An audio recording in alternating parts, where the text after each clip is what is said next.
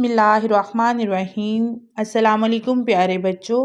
तो आज हम कहानी सुनेंगे कामचोर टिड्डे की और एक चूंटी की। चूंटी थी, वो कहीं जा रही थी। रास्ते में एक टिड्डा मिला और कहने लगा, चूंटी बहन जरा रुक जाओ।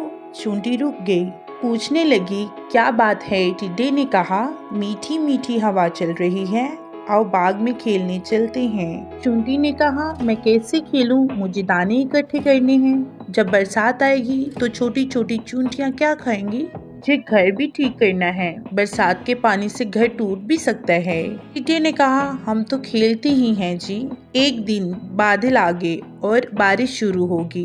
टिड्डा भीगता हुआ आया, चूंटी का दरवाजा खटखटाने लगा। बोला, चूंटी बहन मुझे भी अपने घर में थोड़ी सी जगह दे दो, मैं पूरी तरह भीग गया हूँ।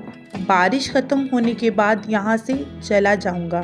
चूंटी बोली, भाई टिड्डे, तुमने सारा साल काम नहीं किया, तुमने अपना घर भी नहीं बनाया, मुश्किल वक्त के लिए कुछ अनाज भी इकट्ठा नहीं किया।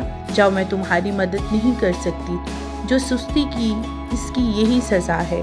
टिड्डा गिड़गिड़ाया, चूंटी बहन इस दफा माफ कर दो, आगे से मेहनत किया करूँगा। चूंटी ने टिड्डे को चावल के कुछ दाने दिए और कहने लगी, लो खाओ, लेकिन मेरे घर में तुम्हारे लिए कोई जगह नहीं है। टिड्डा रोती शक्ल लिए हुए चला गया।